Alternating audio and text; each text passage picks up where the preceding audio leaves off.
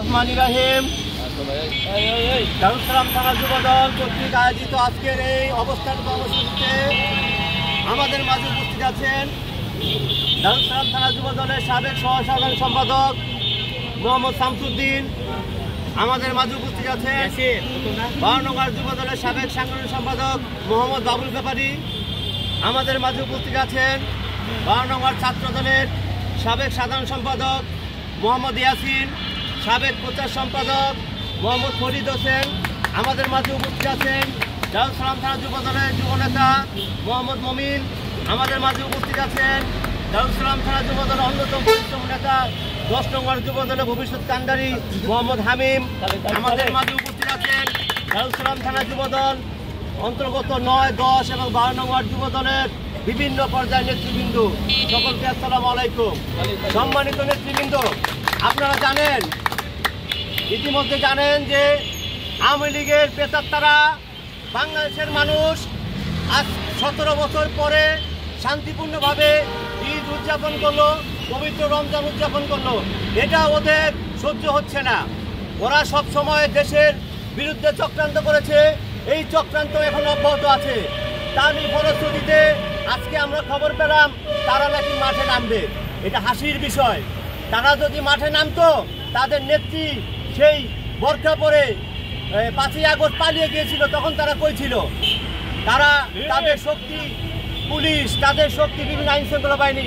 আমরা 17 বছর আন্দোলন সংগ্রাম করেছি দেশনেত্রী বেগম খালেদা জিয়ার নেতৃত্বে, আমাদের আগামী দিনের রাষ্ট্রনায়ক জনাব তারেক রহমানের নেতৃত্বে। আমরা এই প্রশাসন, আওয়ামী লীগ, যুবলীগ সম্পূর্ণ এদের বাহিনী মোকাবিলা করে রাজপথে ছিলাম। আজকে ওরা কোথায়? ওরা আজকে কোথায়? ওরা আজকে বোরকা পরে মিছিল করে। প্রিয় নেতৃবৃন্দ, ওদের বোরকা পরে মিছিল করতে হয়। আমরা কোনো সময় 17 বছর বোরকা পরে মিছিল করতে হয় নাই। আমরা আমাদের শহীদ প্রেসিডেন্ট জিয়াউর রহমান দেশের জন্য রাজনীতি করেছিলেন, দেশের মানুষের জন্য রাজনীতি করেছিলেন।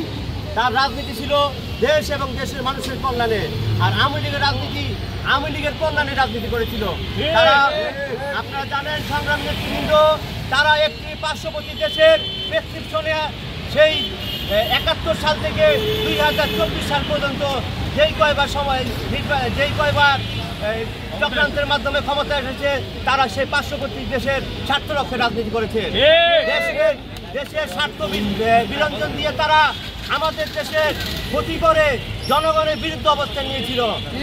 আল্লাহর মায়ের কিন্তু দুনিয়ার ভাই, আল্লাহর মায়ের কিন্তু ছাড়ে না। আল্লাহ ছাড় দেয় কিন্তু ছেড়ে দেয় না। সেই ফ্যাসিস্ট হাসিনা কিভাবে পতন হয়েছে, যেরকম পতন হয়েছিল 15 আগস্টে, তার বাপের জানাজাও মানুষ ছিল না। 7 জন মানুষ জানাজা ছিল। কিসের জন্য? এত বড় একটা দল, এত বড় দলে একটা প্রধানের যখন তাকে দেশপ্রেমী সেনাবাহিনী হত্যা করলো, তার জানাজায় কিন্তু লোক নাই। দেশের মানুষ ওই দিন ঢাকা শহরে কোনো মিষ্টি দোকানে মিষ্টি ছিল না। হাসিনা পালিয়ে গেছে। হাসিনা পালিয়ে যাওয়ার পরে দেখেছেন আপনার মানুষের মধ্যে কি উল্লাস। মানুষ শান্তি চায়। এই শান্তিপূর্ণ দেশে যদি আপনারা অশান্তি করতে চান, দারুস সালাম থানা যুবদল, দারুস সালাম থানা বিএনপির নেতৃত্বে আগের অবস্থানে ফিরে যাবে। সাবধান করে দিতে চাই, কোনো অরাজনৈতিক প্রতিক্রিয়া, যদি অরাজনৈতিক পদক্ষেপ আপনারা নেন, তাহলে আমরা রাজনৈতিকভাবে ইনশাল্লাহ জনগণকে সাথে নিয়ে প্রতিবাদ করব ইনশাল্লাহ।